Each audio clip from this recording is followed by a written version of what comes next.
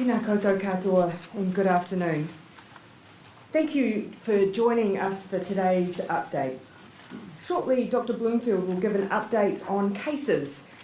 Details were released at 1 p.m, but he will speak to some of the information contained in the Ministry of Health's press release. Dr. Bloomfield will also talk about testing, given there has been extraordinary, in fact, record numbers of tests taken, which is fantastic. But in some parts of the country, there have been long waits, and we want to address that the best that we can. Then I'll cover off Cabinet's discussion and the decisions we have made on alert levels. I'll finish with a quick vaccine update. Then I'll ask Grant Robertson to take the podium to acknowledge the very sad passing of Sir Michael Cullen. Dr. Bloomfield. Thank you, Prime Minister. Kia ora koutou katoa. So, as reported in the Ministry of Health's 1 p.m. media release, there are 11 new cases of COVID-19 in the community to report today. This brings the total number of community cases associated with our Auckland outbreak to 31. The international airline crew member has now been reclassified as a border-related case, and this is not included in the community case figures. Of the 31 community cases, 19 are now confirmed to be epidemiologically linked to that Auckland outbreak, and the other 12 are being investigated, but there is every sign that they are linked at first glance. Of today's cases, 3 are in family bubbles with previously reported cases, and 2 are in the same family bubble. 8 are in Auckland, while 3 are in the Wellington region. So our public health teams in Auckland and here in Wellington are conducting interviews to establish how the cases were infected and to determine further details of their movements, and further information on this and any emerging locations of interest will be made available as it emerges. In addition, there are 2 border-related cases in managed isolation. Now, on whole genome sequencing, the latest preliminary results from our recent sequencing completed last evening show that community cases, all of those sequenced to date, are linked with the series of cases associated with our initial case, Case A. These community cases are linked back to the case in managed isolation who stayed in the Crown Plaza.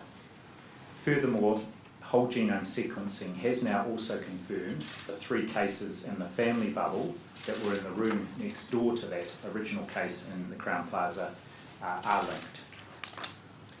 So as a result of this, post-departure day 5 testing has been arranged for those returnees who were in the Crown Plaza and who have left, who were on the same floor and whose stay overlapped with the infectious period of that original case.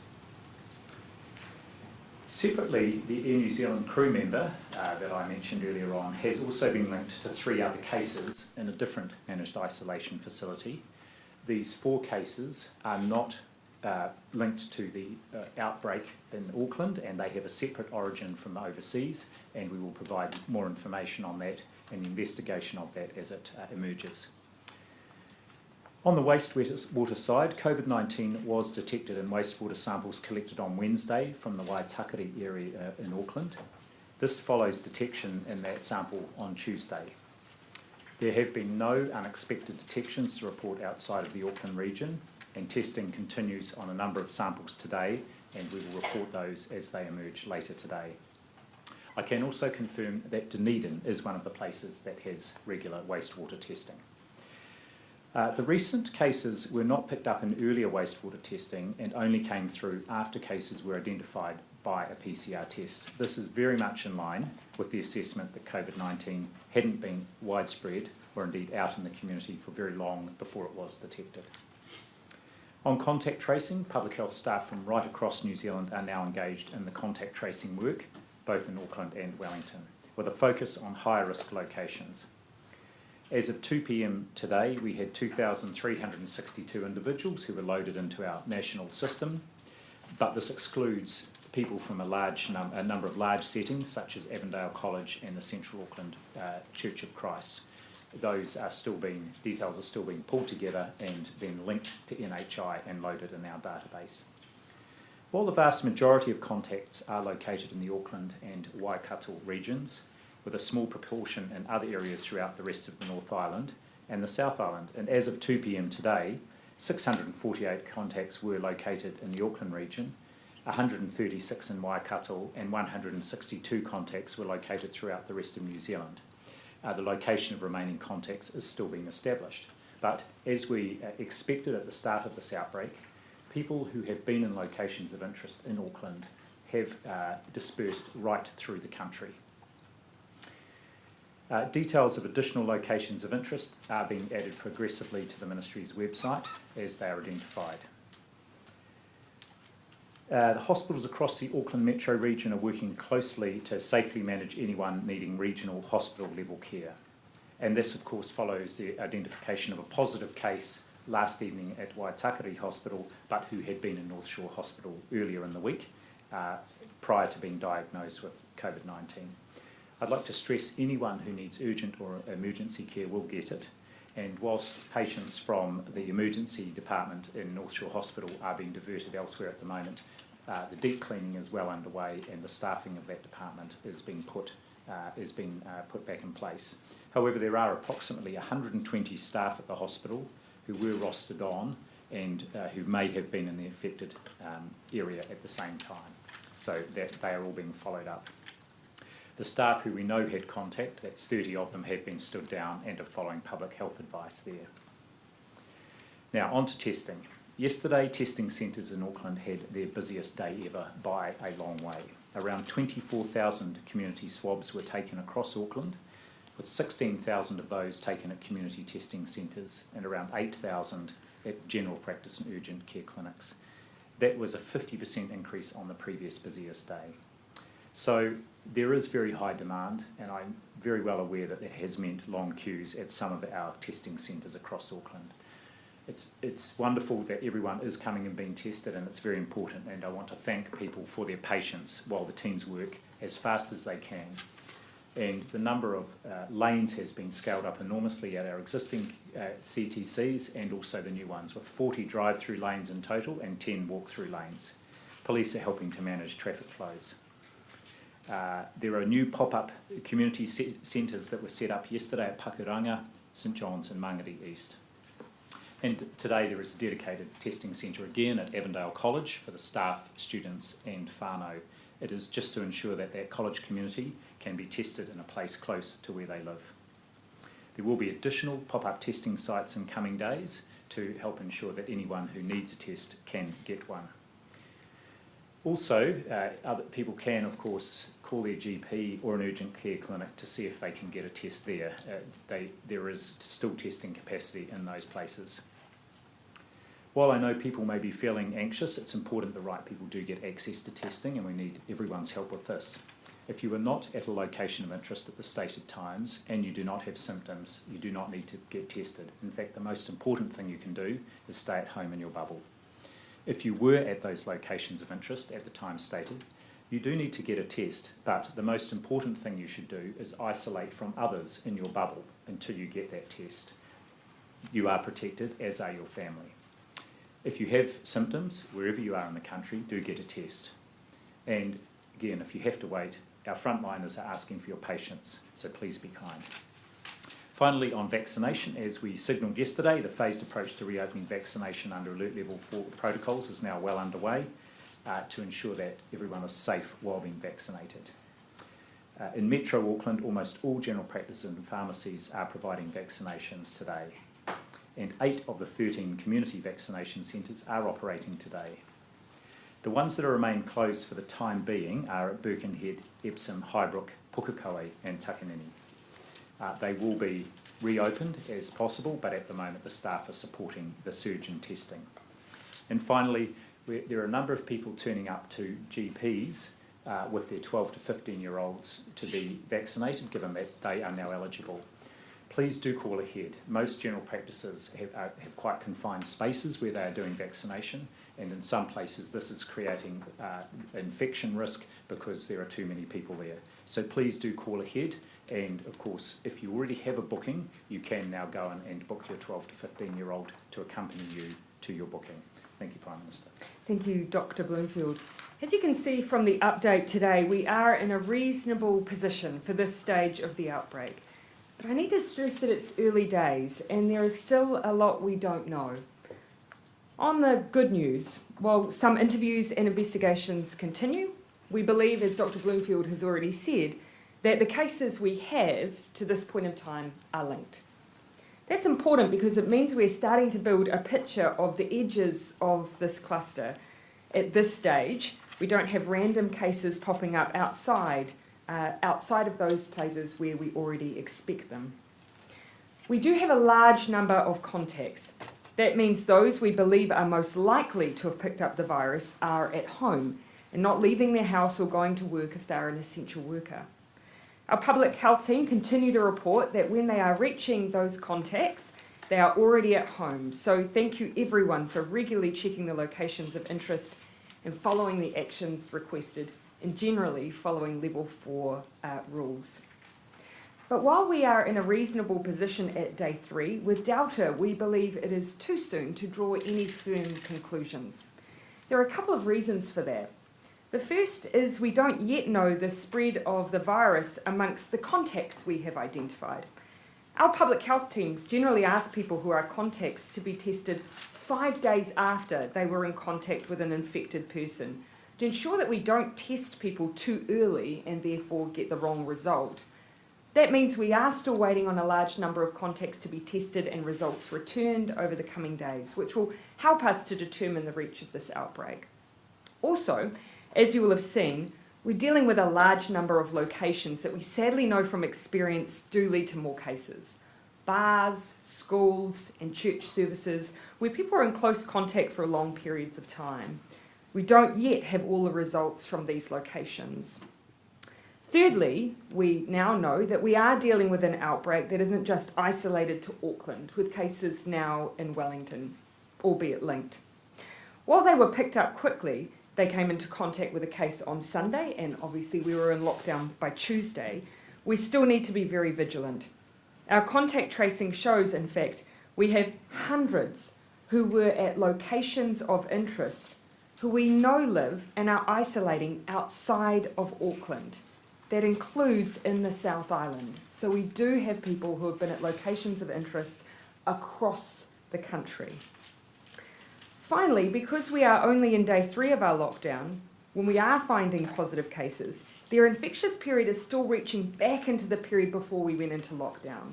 Now, soon that should stop being the case, and that will definitely help us get the outbreak under control and help us determine the edges of the outbreak. Till then, though, we just don't quite know the full scale of this Delta outbreak. All in all, that tells us we need to continue to be cautious and that we need more time before we have the complete picture we need to change our settings. So on that basis, the Director General of Health has recommended and Cabinet has agreed to keep all of New Zealand at level 4 until 11:59 p.m. on Tuesday, August 24, with a Cabinet meeting on Monday for us to determine the next steps thereafter. Going to Tuesday is a full 7 days from our first case returning a positive result and gives us that extra time I mentioned that we believe we need. It's much better to assure ourselves now that there aren't further cases in the rest of the country than allowing the virus to spread easily at a lower alert level, and we've all seen what happens when you take that path. But we need to use this time wisely too, and so here is our ask of the team of 5 million. Number 1, please check the locations of interest, and if you were there at the time and date set out, then get a test. I would put emphasis on there at the time and date, because there is a level of specificity in our locations of interest, and we don't want people having to get tested because they were there the day prior or even hours prior. We do set out the specific times that do apply.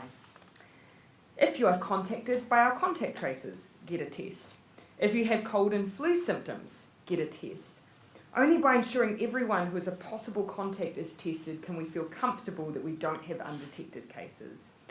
I do want to acknowledge, as Dr. Bloomfield did, that many people have been doing the right thing and have encountered long wait times at our testing stations. We are incredibly grateful for your patience. We are standing up extra testing today and this weekend to ensure all those who need to be tested are. But please do remember, you can also call your GP to see if they are testing. That may take pressure off the drive-through testing stations as well. Number 2, If you are a contact, then please stay at home and isolate. In some parts of Australia, we did see contacts who went to work and spread COVID. We need our contacts at home and isolating. Number 3, to everyone else, please continue to stay at home and stick to your bubble. This isn't a time to be complacent. We do have COVID outside of Auckland. It may well pop up in other parts of the country in coming days. The last thing we want is to further spread the virus during lockdown, because that only runs the risk of prolonging it. Number 4, if you're visiting an essential service like a supermarket, a dairy, service station or pharmacy, you are required to wear a face mask. This protects you and others. We need to all act as if we have COVID and that those around us have it too. We are also just asking for people to wear a mask when they leave their homes generally. It's an extra layer of protection to keep you safe when you're out and about. Remember, people have got the virus simply by walking past someone, so it is an extra layer of protection. Number 5, wash your hands and scan in when you visit an essential service. And 6, please be kind. Use this time to check in with friends and family this weekend over the phone or via video call. I know it's hard being separated, but following the rules to the letter means we can reconnect faster. Finally, a quick reminder that even though I know we all want to block out the memory of 2020, we have been here before. We know the elimination strategy works. Cases rise and then they fall until we have none. It's tried and true. We just need to stick it out. If people break bubbles, visit friends or attend gatherings, new chains of transmission could start and keep that lockdown longer. So please keep up the amazing work, and everyone needs to play their part. Finally, a big thank you to the amazing healthcare workers at our testing stations and those processing literally thousands of swabs at our labs up and down the country. You're doing an incredible and important job for all of us, so thank you. And our vaccination workers have been incredible too. Yesterday, as Dr. Bloomfield said, they administered almost 30,000 doses. That was 60% on what they delivered the previous week without the disruption we've experienced. We are expecting that to grow over the coming week. In fact, in the last 2 days, we've had just under 400,000 bookings, which is incredible. A reminder that if you are aged 40 or over, you can now book yourself and your children, if they're aged 12 and over, to be vaccinated. And if you are 40 and over, or you have an underlying health condition, you don't need to be invited. You don't need a special code. You can just book at bookmyvaccine.nz or ring 0800 28 29 26. But the online service is a great one, so I'd encourage you to use that. I'm now very happy to take your questions, as is Dr. Bloomfield. Mikey. Prime Minister, some of the experts suggest that we won't know the true extent of the COVID spread until the middle of next week. Why have you only extended our lockdown to Tuesday? The advice of the Director General was to take us through to Tuesday, give ourselves a time to assess, in particular, how much of the country has really been affected by positive cases. You can see today we do have cases in Wellington, ones that we knew as contacts and that are linked, but cases nonetheless. But we believe we'll be in a better position to make an assessment about all of New Zealand with that full 7 days. Granted, Auckland is looking like it will have the challenge of being the primary site for this outbreak. How worried are you about the fact that we've seen cases in Wellington today, and what's the likelihood we could see some further afield in the South Island? Well, look, I think the most positive things, these are cases that are linked, that were known contacts, and so that's always helpful. The timeframes are helpful. They were in contact with a case on Sunday and we went into lockdown on Tuesday. However, we've got to be vigilant. This demonstrates, as we said, that we believe that we have people, and we know we have people, across New Zealand who have been at locations of interest. So unfortunately, we're not in a position to let anyone, any part of the country, leave level 4. It's just not safe. The only thing I would add there is that I checked this afternoon, and we have seen very good testing rates right across the country, so between 6 to 10 times the usual testing across all our DHB regions. We need to keep that up. We need anyone, wherever they are, to keep an eye on locations of interest if they were in Auckland in the last couple of weeks, and any that emerge here in Wellington from our analysis of the cases here, and to follow the advice. that will be critical in terms of Cabinet's deliberation on Monday about the situation across the country. Dr. Prime Minister, Bloomfield, given the number of Prime Minister, when did the Wellington cases And you're return to, when did they return to Wellington? Was it before or after the lockdown? Before the lockdown, yes. So they were in Auckland over this last weekend and then returned to Wellington. I think by there's 3 of them, 2 are in a household. One of those groups returned by air, so one of the locations of interest will be a flight, and the others by car, or the other person by car. And a lot of Wellingtonians will be looking closely at the locations of interest website. There are none at the moment. Do you expect there to be? Yes, I do, and my understanding is there are a few petrol stations between Auckland and Wellington. There are 3 or 4 restaurants and cafes, and a workplace off the top of my head. As soon as we've got the details, we will make those available. One of the things that we have been discussing around, of course, when we post locations of interest, that will have been done at a time where we've already had contact tracers out contacting those who are likely to have been at that place of interest, so business owners and cafe operators and so on. So it's not a matter of the fact that when it goes on a website, it's the first time anyone's notified. I just wanted to assure the public that work has often already taken place by the time that that's posted, and people often who need to know do know. Prime Minister, given the thank you. Given the number of contacts, especially the spread across the country, Yes. and those multitude of high exposure events in Auckland, is it inevitable that we'll stay in lockdown longer than next Tuesday? I never stand up here and say when we're that many days out that anything is inevitable. Look, what I would say for Auckland, and I think they've been around COVID long enough to know that when you are really a hot spot, that does lend itself to you often having to be extra cautious. But again, we're bringing all of New Zealand through to that Monday decision. We'll make decisions at that point.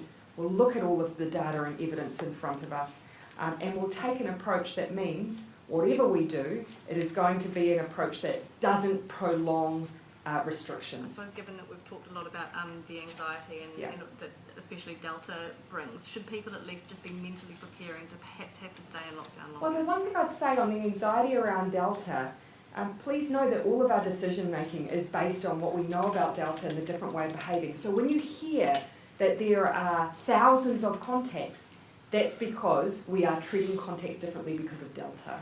And so that's a big change in the way that we're operating, and it's precisely so that these periods of lockdown are more effective, that we can be assured that we are getting all those we need to, and ultimately so that elimination strategy that has worked for us before will work again. Jo. Dr. Bloomfield, how worried are you about resourcing on the front line? We've heard reports about obviously those who are meant to be vaccinating are now having to go test. We've obviously got vaccination centres that have had to close down.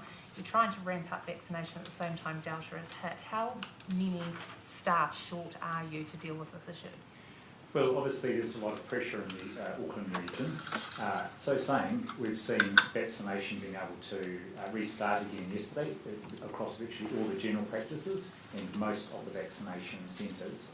We're working closely with the district health boards, and I think we had a couple of curveballs that we might not have expected. First, one of our very first cases was a health worker at Auckland Hospital, and so that created some challenges there. I should say that over 2,000 tests done amongst the staff at Auckland Hospital, all have returned negative, which is great, and I want to thank all the staff there who did get tested overnight in North Shore Hospital, so that's created an additional challenge. So we're working closely with the DHBs in the Auckland region to see how other staff could be deployed. For example, we've talked with the university about potentially training the students to assist with the swabbing, so that's getting underway. And likewise, we're working with all the district health boards across the country about them providing staff to be able to go in and support the Auckland region. Can people who are waiting in long lines, having to go back the next day, how long can they anticipate that kind of thing is going to have to continue though, as this resourcing issue stretches out? Well, as I pointed out, 24,000 swabs in one day was 50% higher than the previous highest day. So there is huge demand, and the DHBs are really ramping up the testing to meet that, and the general practices are also running it at full bore. So look, I think we're continuing to increase the capacity. and we're working regularly with the DHBs to see what else we can do to support them on the workforce side. I know our public health team would love us to use this opportunity to give a couple of reminders. We need to do our bit to ease the pressure on testing by ensuring that we're bringing on extra capacity where we can. But I'd also love the help of others. Do check with your GP, see if they are operating and taking swabs, because that can ease pressure, and a number are. The second thing is only go if you've been at a location of interest at the date and time. We have had a large number of people coming forward. Some may be taking an extra cautious approach, but unless you were there at the date and time, you don't need to be tested, unless you, of course, also have cold and flu symptoms. On testing, is there any way that you can triage the system so that healthcare workers, for example, are being brought to the front of the queue and rushed through that service? We have separate, so in some of those sites of locations, so at some of the hospitals we had specific swabbing available in order to expedite those health workers. We've put pop-ups on sites, locations of interest where they are large, so Avondale. Those are some of the things we can do to expedite. Yes, just to confirm that. So the swabbing of those staff at Auckland Hospital was done at the hospital site, and likewise the swabbing of staff at North Shore Hospital today. We've been told that symptomatic staffers, the ones that you need to be tested, are being sent to the public stations rather than being swabbed on site. Why is that happening? That seems true. Yes, well, I can follow that up if that's the case. Yeah. And just the timing of the Wellington case. We heard one of the Wellington cases was told of his positive case at 4:30 yesterday afternoon. Why has it taken so long to notify the public, specifically in Wellington? Well, what I would say is, of course, the first person that needs to know is the case themselves. I found out about this morning on our initial call of the day, which is between 8 and 8:30. It came in incidentally, so we found out this morning. I should say that mostly the cases are notified in the morning, even if as soon as the public health team finds out about it, they start the process of letting the case know, interviewing, letting locations of interest know immediately. Keeping in mind we're actually following the same practice that we always have, except now we are more frequently updating locations of interest because, of course, we just want that speed to ensure that anyone who is an essential worker who's been in a location of interest is at home. Everyone else should already be there. With case numbers, we've always continued to try and notify them at the same point in time, and that's been our general practice all the way through COVID. But as Dr. Bloomfield has highlighted, the time that it's going out publicly, that doesn't mean that that's when the work has started. That often starts well before that. Is there Given the vaccination numbers and the vulnerabilities in the Māori and Pacifica communities, will the government be moving to prioritise vaccination of first doses to Māori and Pacific Islands? Well, what I would say is right from the start of the program, we've had very clear streams of work to ensure that Māori and Pacific communities can access vaccination through our Māori and Pacific providers, but also through our mainstream services. And of course, we've right from the start had whānau-based approaches. Furthermore, we know that Māori and Pacific are more likely to have pre-existing conditions across all age groups, and so they have been able to access that, and there have been specific initiatives to try and increase the rates amongst those groups. Now, of course, it's very important that anyone who is eligible does book a vaccine, and if anyone is in that eligible group and they want to go to Māori and Pacifica provider and use that whānau-based approach, that's still open to them. And just on if I may just add, I visited now a couple of vaccination sites being run by Pacifica providers, and the fantastic thing that they are doing as part of their rollout is not waiting for people to come through the doors of a centre. They've organised outreach, they've organised programs that are within people's churches, they're literally going out and helping transport people. They've been really proactive, and that's exactly the approach that we wanted when we contracted our Māori and Pacific providers to be a core part of the vaccination campaign. And just on the pātai from yesterday, was there any update on how the vaccination is going for our homeless community? So unfortunately, the information that I got before I came down was more about the housing of our homeless community rather than vaccination. So I'll make sure that I provide that directly to you this afternoon. Dr. Bloomfield, are you able to tell us the ages and occupations of the new cases? For example, is the North Shore patient an 18-year-old man? And have any of the North Shore hospital staff or patients tested positive? I can say that the person who was seen at Waitakere Hospital overnight and had been at North Shore earlier in the week was in his late teens, yes. And no positive tests from any of those staff or other patients who have been tested as yet at North Shore Hospital. Dr. Bloomfield, Yes, Jason. Dr. Bloomfield, have you heard of any potential COVID exposures at Middlemore Hospital? No, I haven't. No. What about in the South Island at Melton? Oh, sorry, just to go back to Middlemore. Yes, one of the cases who was identified in this latest tranche was in the Middlemore Hospital Emergency Department last Friday and self-discharged, so it wasn't actually seen by anybody. This was elicited during the case interview. So, of course, that is being followed up as a possible exposure, just as we are doing any healthcare or other setting. Do you know if they were symptomatic at the time? No, I don't have that information. Sorry, just the other question around Melton and the South Island. Have you got any information to suggest that? I've got nothing on that. No. Sorry, Okay. I said no. Claire.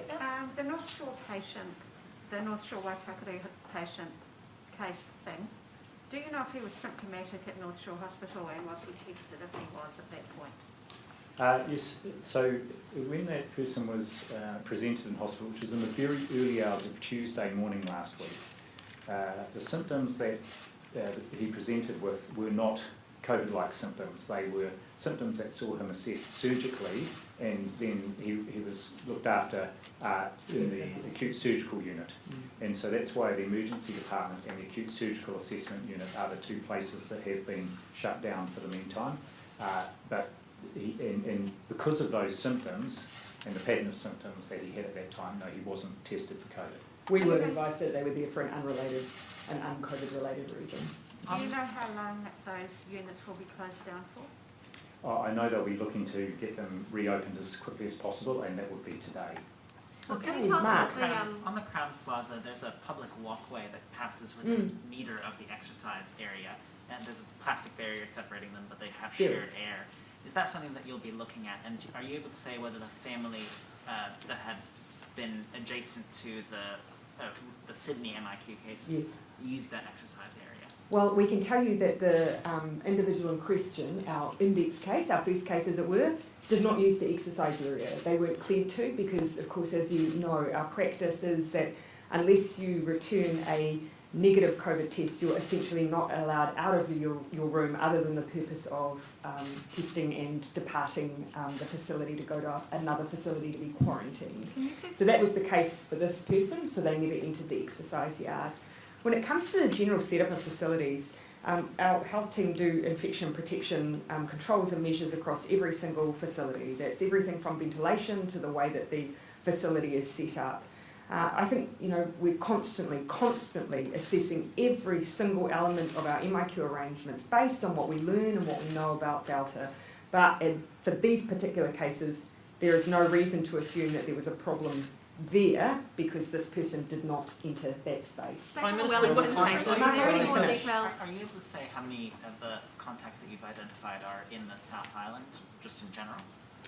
I couldn't tell you specifically for the South Island, but outside of Auckland, it's in the hundreds. Keeping in mind, large number of locations of interest. Many people come up from the Coromandel to the Waikato area, for instance, but I can't give you specifically the South.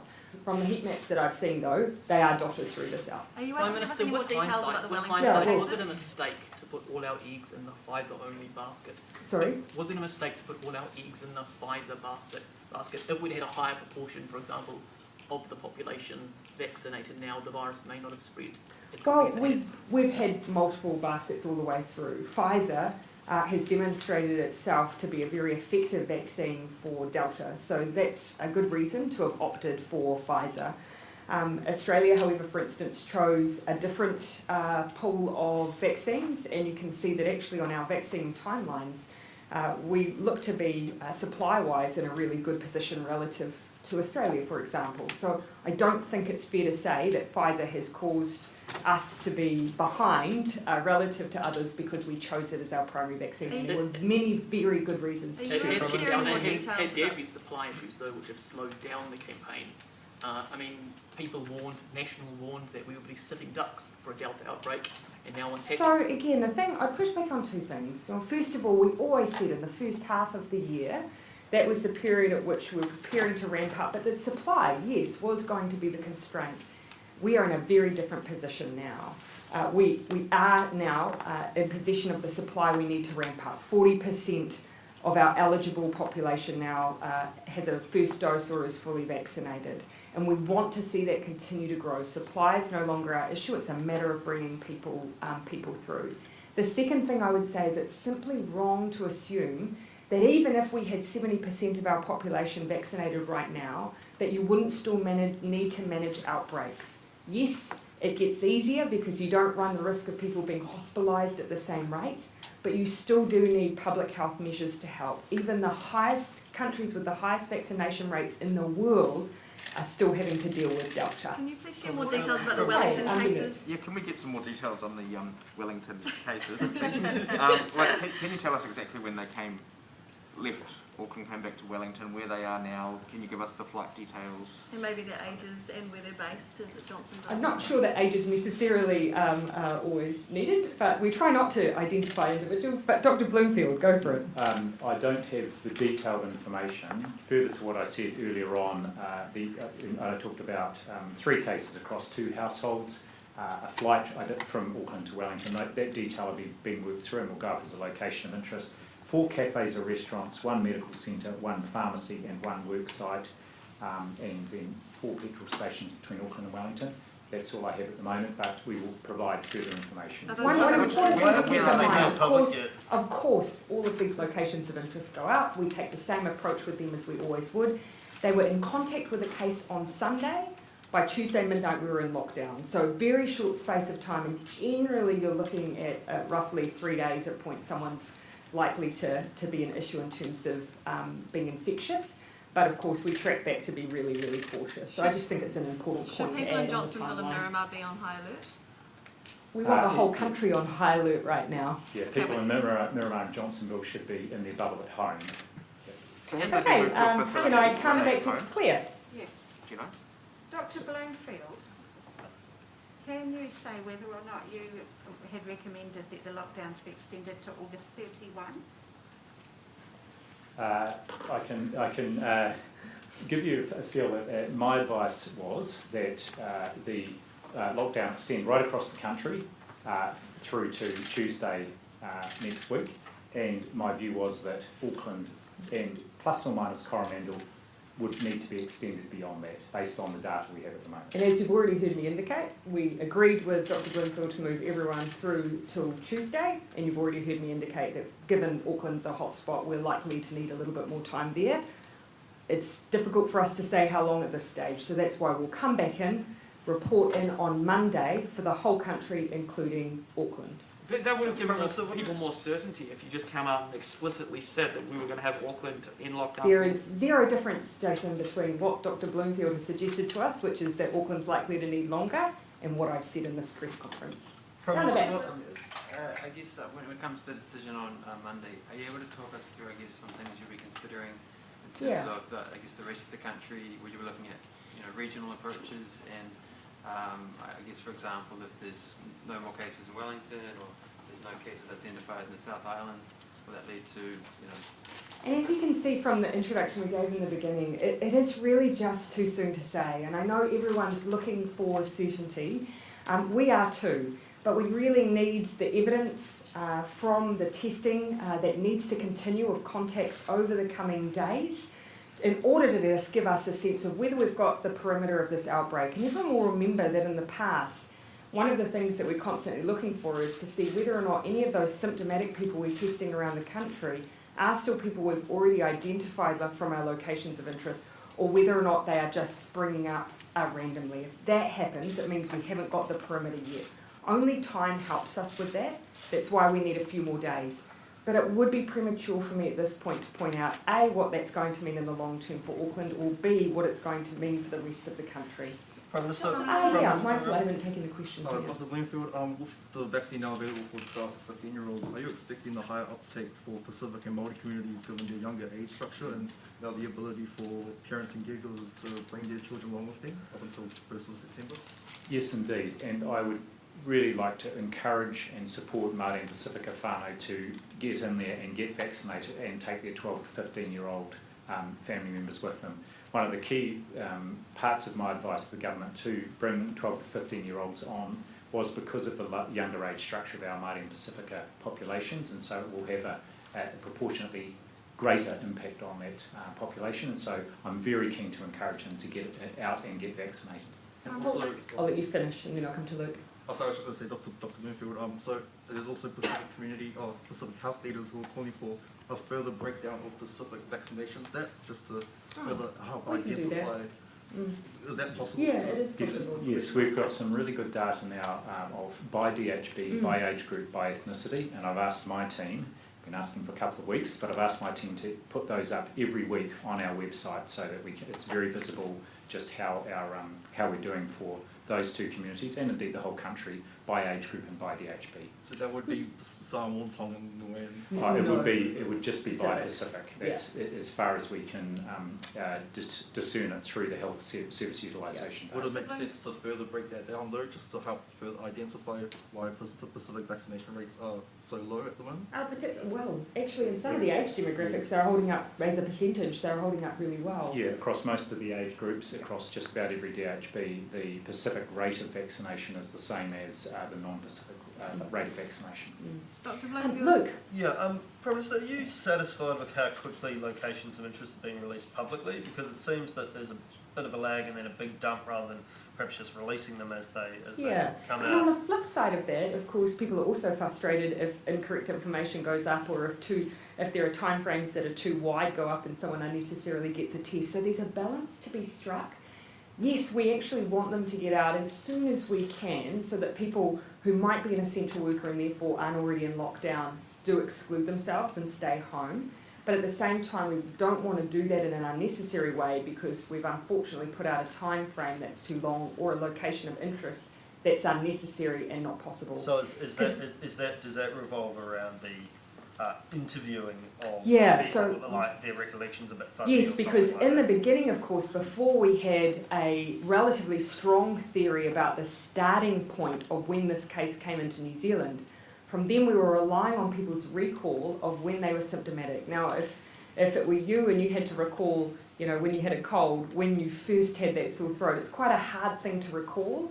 So often we run on that date and then we add a couple of days for the period of infectiousness.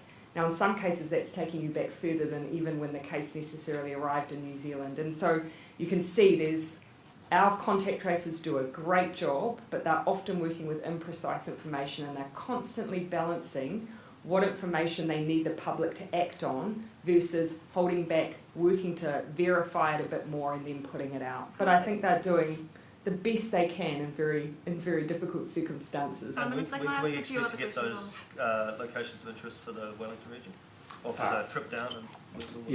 Today, so I'll follow that up when I get back up, but we're expecting to get them up at any moment. Recognising, of course, everyone in this room is very interested, given everyone is located here. Tova. Thank you. Just a couple on behalf of colleagues. What large locations of interest are excluded in the, I know you mentioned a couple before, but are there other large locations of interest excluded in the total close contact count, and why? And also, parents of Northcote and Linfield students want dedicated testing stations set up at their schools. Is that being considered? I'll have to follow up on the latter, but what I can say is, in addition to Avondale College and the church I mentioned earlier, yes, those big school communities are not yet in our contact tracing database. What our team does, our National Investigation and Tracing Centre, works with the school to get the full roll, as it were, on all the names and addresses, but they also need date of birth information to then be able to link with NHI and the National Health Index number, and then they can link test results back, and that's very important for us to be able to keep an eye on just how the testing is going. An Auckland parent and child have just turned up at a vaccination centre in Coromandel Town to get the 13-year-old vaccinated. They said they were there because the system let them book, and so they drove down from Auckland to Coromandel Town. They were obviously turned away. Sorry, they drove from where? Auckland. They drove from Auckland to Coromandel. Okay, I wouldn't advise doing that currently given their level 4 settings, but sorry, continue. Yeah, they did that because they could book and at the Coromandel Vaccination Centre. Is that a failure of the booking system? Well, look, sorry, Dr. Bloomfield might have something to say. The booking system does let you book anywhere you like. Yes.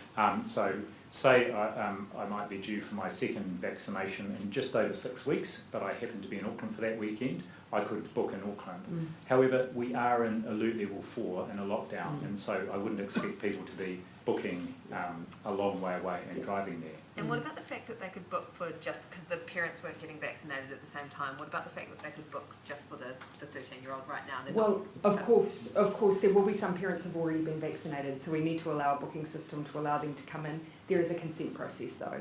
So it's not the case that a 13-year-old would be able to walk in by themselves to get vaccinated. There is still a consent process. No, I mean they weren't going along with their parent to be vaccinated, so the 13-year-old shouldn't really be able to be vaccinated yet in the queue.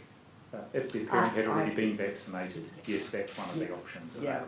Yeah, at the moment we are encouraging really only parents who are booked in just to save the time of doubling up to take that approach of bringing your children. If you've already been vaccinated, then we are asking people to then separately bring them in. Hey, who have I not taken? Forgive me, in the front.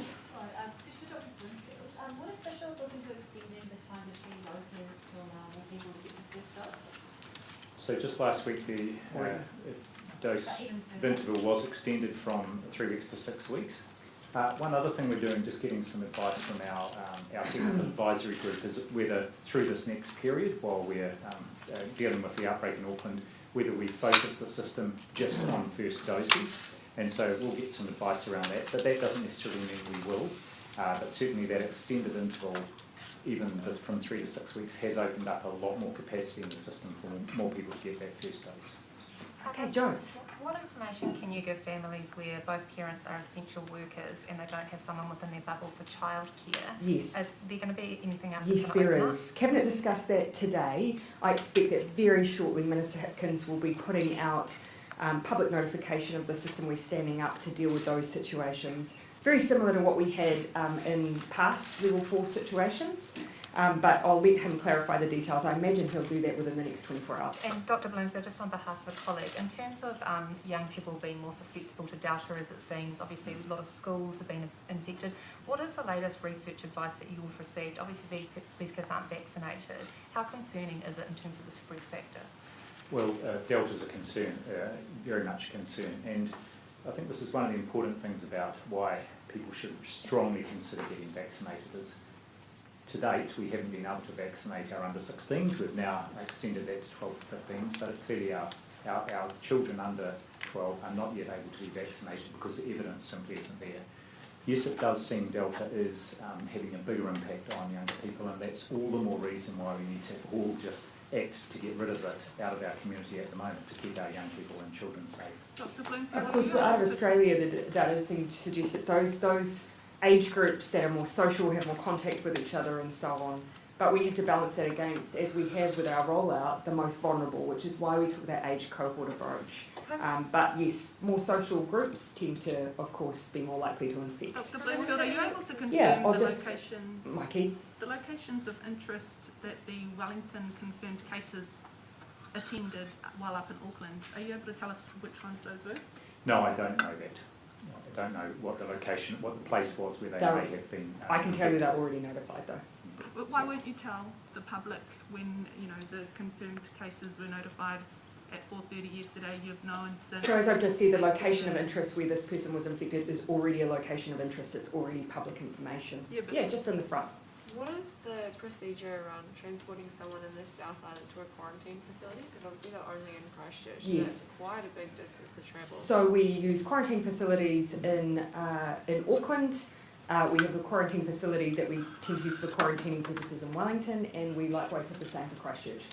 What's the procedure around transporting someone that's quite a wee ways out? Yes, we have a way of safely transporting people, and in fact just in the last couple of weeks there were I think 2 of the crew from the Matina in Bluff that were transported up to the Christchurch facility, and that's done through safe protocols, so we are used to Prime doing Minister. Okay, I'm going to leave. Last question there, Jason. I'm just wondering, before you leave, if you might be willing to share a few words on, or some memories about Sir Michael Cullen and his sad passing today. Michael was an incredible human. There will be many, many people that will talk about his political legacy, and that in itself, he packed a lifetime of service into his years as a politician.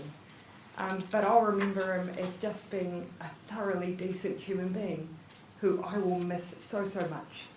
I'll now get Minister Robertson to speak in a bit more detail on that.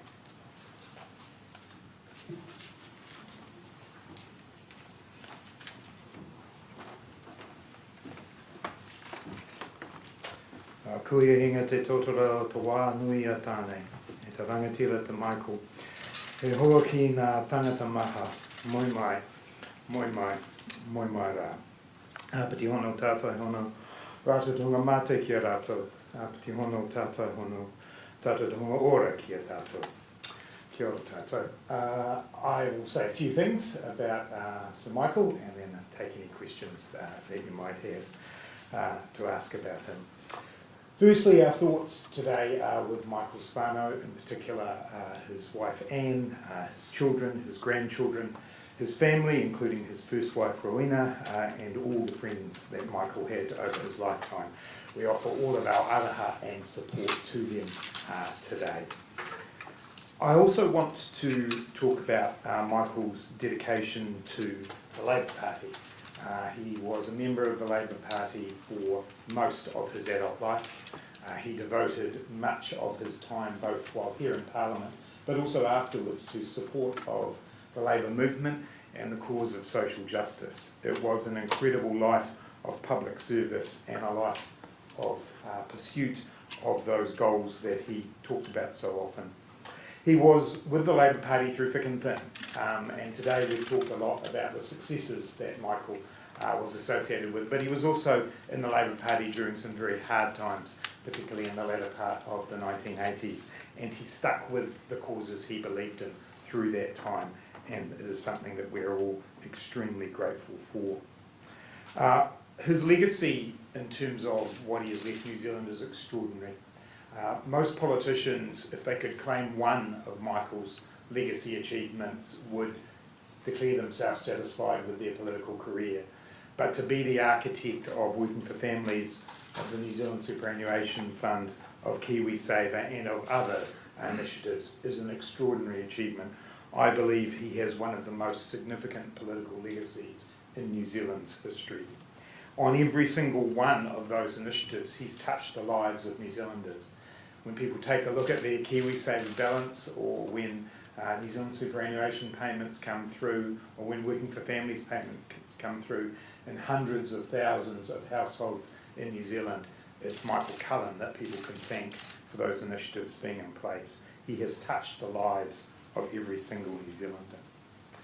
Beyond his time in politics, I want to acknowledge too his extraordinary public service continued. He was the chair of New Zealand Post. He was involved in the tax working group, the Earthquake Commission. But I know from talking to Michael, one of the things that gave him the greatest joy in his post-politics life was his work with iwi around the country, and in particular Tūhoe and Tūwharetoa. And I acknowledge the people of those iwi today, and that they will be mourning his loss as well. He really felt something deep in his soul that he was doing good work post-politics when he was working with those iwi groups.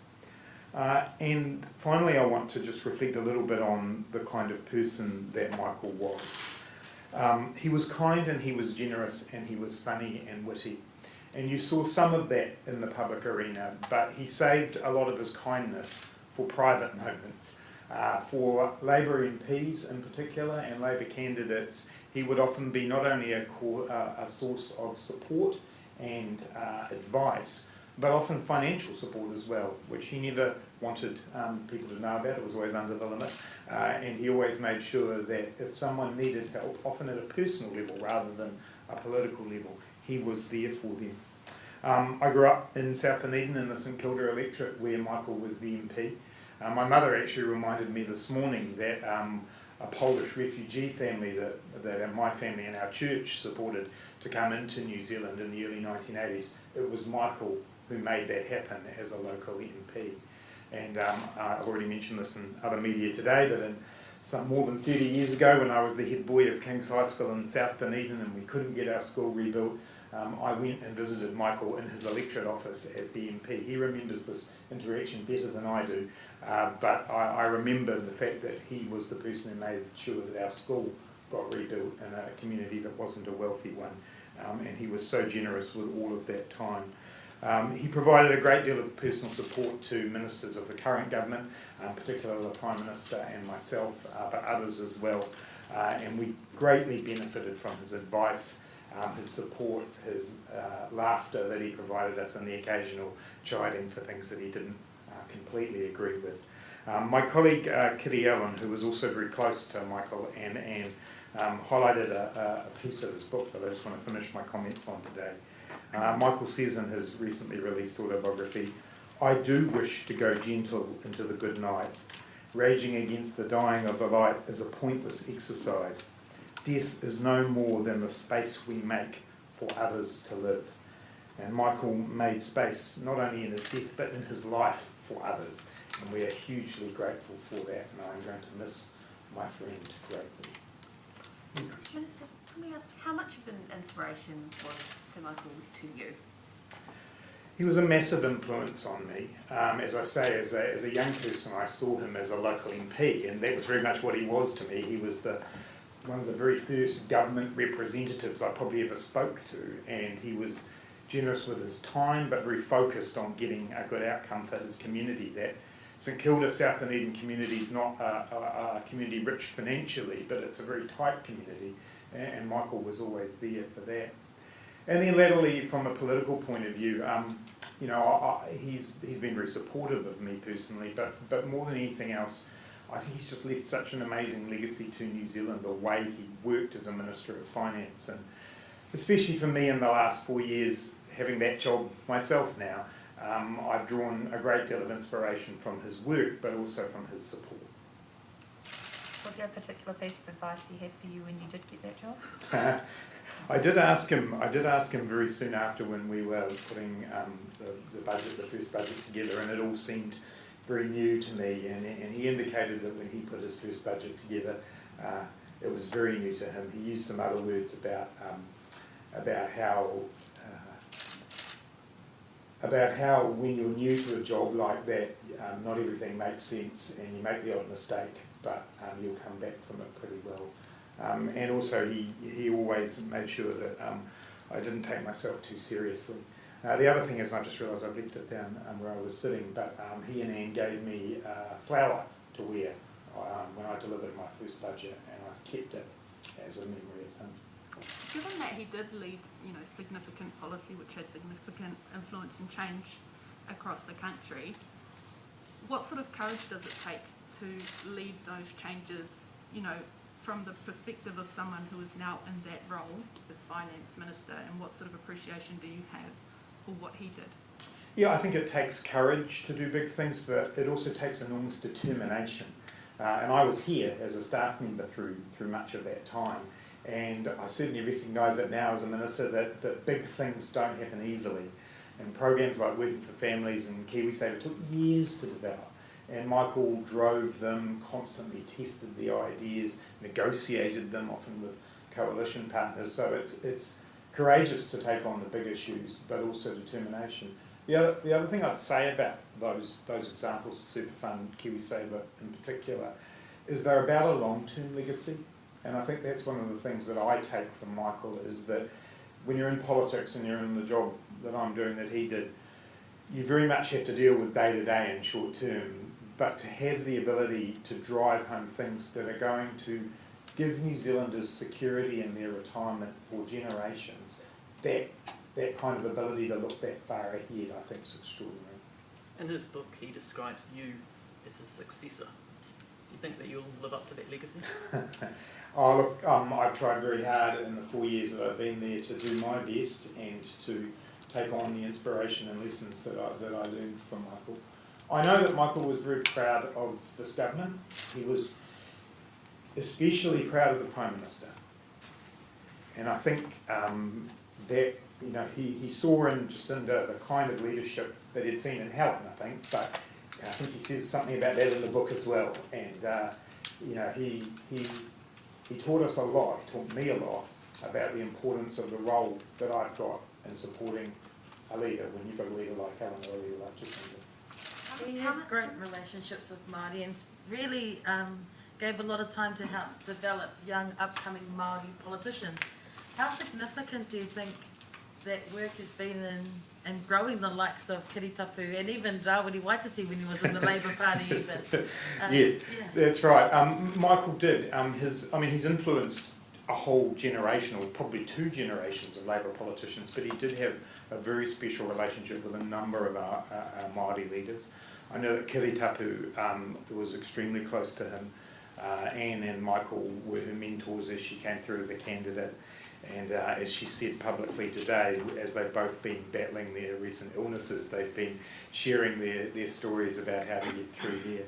As I say, I think Michael's work he did post-politics, he was most proud of was the work he did with iwi in the treaty settlement space. He obviously also had to deal with the foreshore and seabed issue, and I don't think he wouldn't shy away from that, so I won't. He regards, and the book points out, as probably the most challenging time of his political career. And he fronted up to that issue, but I think he learned a lot from the work he did working with iwi and Māori groups during foreshore and seabed that he then took forward from there as well. There's been a number of tributes from the other side of the political spectrum for Sir Michael today as well.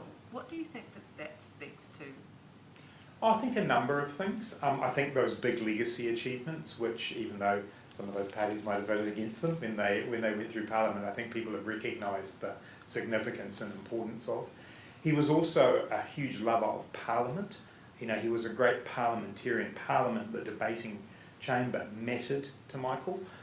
He was a fantastic debater, obviously, and answerer of questions, but the process of Parliament mattered. He was a whip.